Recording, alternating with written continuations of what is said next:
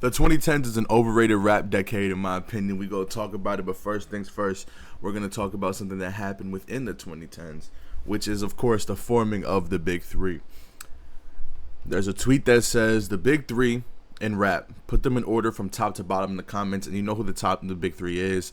It's J. Cole, Drake, and Kendrick Lamar. So, y'all probably already know what I'm going to do here. When it comes to the Big Three, straight up, the entire decade and onward. So I'm going like whenever they started making music. Fuck it. Whenever they started making music, I'm going. By the way, I know I look crazy. I just woke up like 5 minutes ago. Relax. I woke up inspired. I woke up divulging in my regression, whatever the fuck that means. But my ranking is Kendrick Lamar, J. Cole, Drake.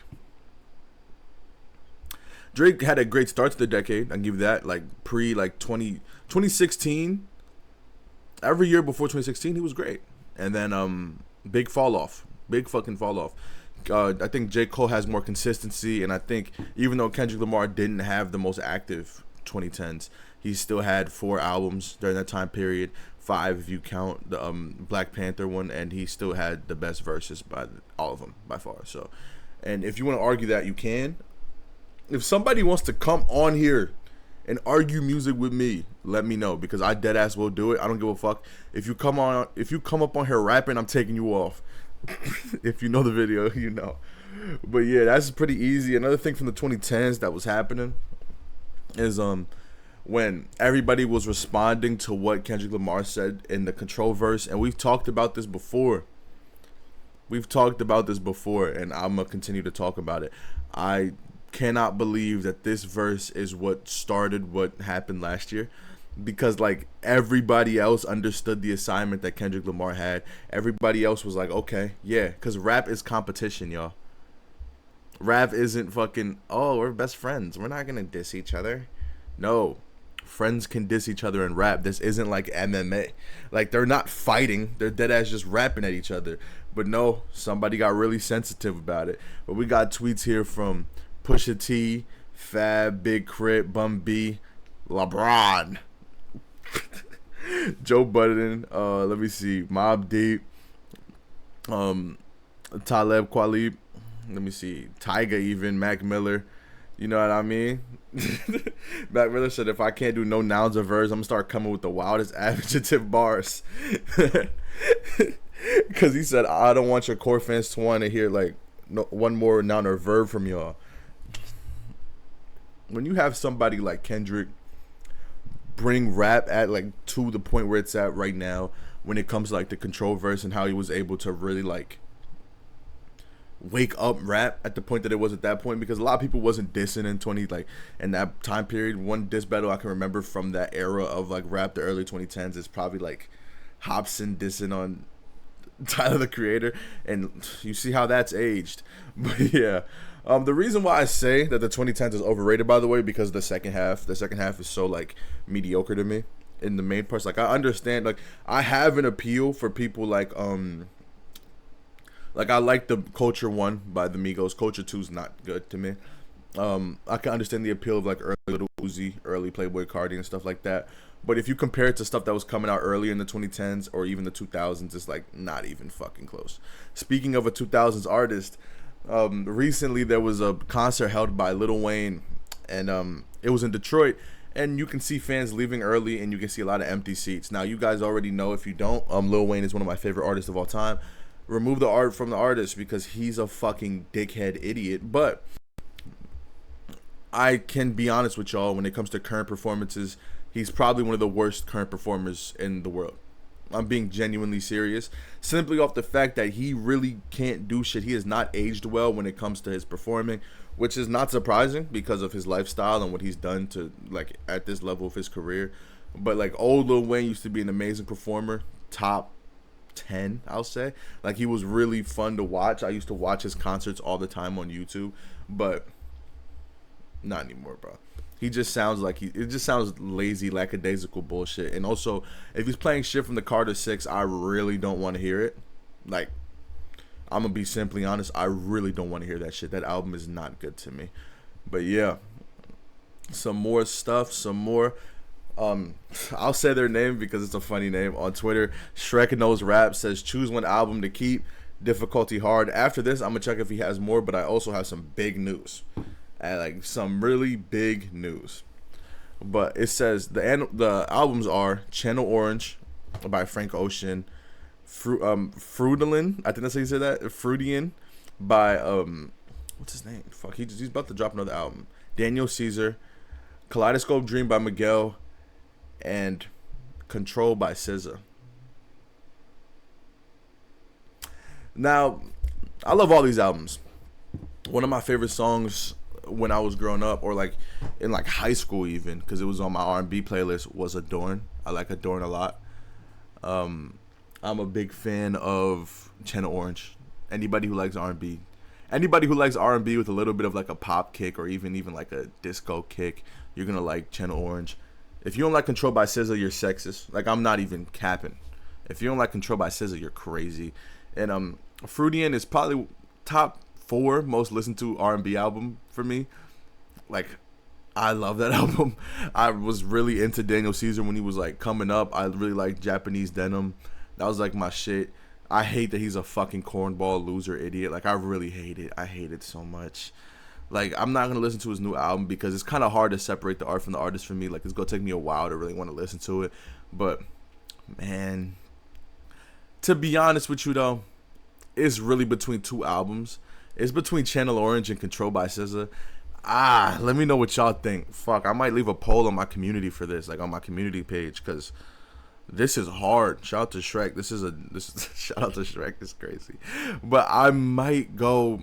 Okay, so the earliest one to come out of those is probably it's Kaleidoscope Dreams, which I think came out in 2011, 2012, and Channel Orange, which I'm pretty sure came out in 2011.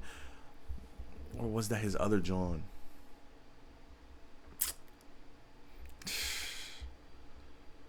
I'm going to go Channel Orange. It's very close with me because I love Control. Control is what got me into SZA because I knew who SZA was because I pay attention to who was like signed to TDE and stuff. I remember they had that one commercial for when they went on tour. Very cool. I'm a big fan of like SZA now. She's a great musician. I'm a big fan of Miguel, great musician. I remember when he put the metal into his like skin so he can perform. Insane. But like, I'm not saying that he's a better performer because of that, but being able to take risk as a performer is a plus. Daniel Caesar, you're a cornball, but you're a fucking great singer. You're a great singer. You're corny. You're like a loser. Like, if I talked to you in real life, I'd look at you like, get the fuck out of my face. But you have an amazing voice, man. But it's really hard to get over Channel Orange for me. I think Channel Orange is a very, very influential album. Like, when it first came out, people really weren't making R&B music that sounded this like palatable to everybody. And like during this era, R&B music was very much like, and it still is to this day, it was very much like, yeah, I'm gonna fuck you in that bed and I'm gonna fuck you in your head.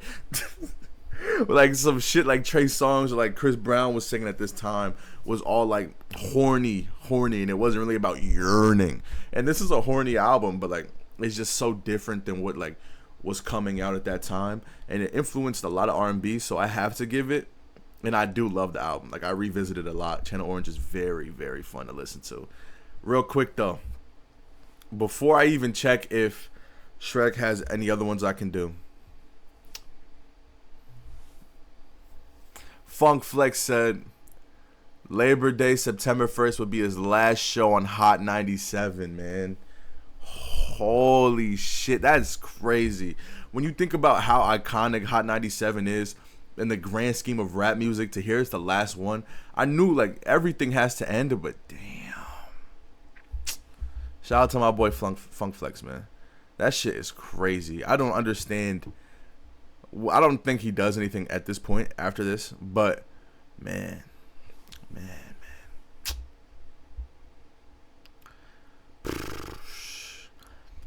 If you don't know, just rewatch old Funk Flex clips. Hilarious. Every time somebody has a bad verse or a bad freestyle on this shit, watch the fucking Designer one, please. He looks disgusted. And we need more people like that in rap currently. People who are like critical of people who are not good at rapping. because we don't have enough of that anymore. We don't have people who are happy about rap. We just have people who hate and dick ride one person. What's their name? Fucking what's that one podcast that has them people who used to be with Joe Budden? That one guy with the hat. He always got a hat on. He's just a dick rider. The white boy, I think he's cool, but he's also a dick rider too, just in disguise. He's just a dick rider. That's what he does all day. That's just his job. We need more people who are not dick riders in the musical space. And Funk Flex was not a dick rider. He kept it real. Some shit was ass. They came on his Future came on his show and said, "Touch that, that's my beat. Touch that, that's my shit." And he was like this, just disgusted, absolutely disgusted. But yeah, man, shout out to my boy Funk Flex. I looked on SHREK's I'm gonna just keep calling him SHREK. Fuck it, SHREK's page, and he does have a few more. He has Choose One to Keep, and it is Earl Sweatshirt edition. It is Earl Sweatshirt's new album called Live, Laugh, Love. It is some rap songs, Doris, and I Don't Like Shit, I Don't Go Outside. I've seen a lot of weird discourse when it comes to Earl lately. And when I say weird, I'm not saying like they're saying like, oh, he sucks. Say hi to my cat right behind me, y'all. Say hi to my cat. Sushi, woo, woo. But I'm not saying it's like they're saying he's trash. I'm saying more so they're saying the albums in between this album and some rap songs is all just like extensions of some rap songs, which I genuinely don't believe. I don't think Feet of Clay sound like some rap songs. I don't think that Void Dyer, I think that's what it's called, is Void Dyer, I believe. It's like sounds like some rap songs. I think it's just Earl, and people think, oh, Earl. People think, oh, Earl, some rap songs. That's all he has. Cause I'm gonna be honest, this is an easy one for me. I'm gonna pick some rap songs because I like modern Earl more than I like older Earl, and I like one of my favorite Earl songs is I'm pretty sure it's Wi-Fi/radio. I believe that's what it's called. Like AM/radio. I think that's what it's called. It's on Doris. A great song with Wiki. I don't know his name. I'm sorry. I'm not good with getting shit off the top of my head right now. I also love I Don't Like Shit, I Don't Go Outside. The whole album is amazing. Like, genuinely. Grief is one of my favorite songs by Earl. But when it comes to a project, I love it when an artist has a clear and cohesive fucking idea and stays with it. Some rap songs is like less than 30 minutes. It is less than 30 minutes long. A fucking heat.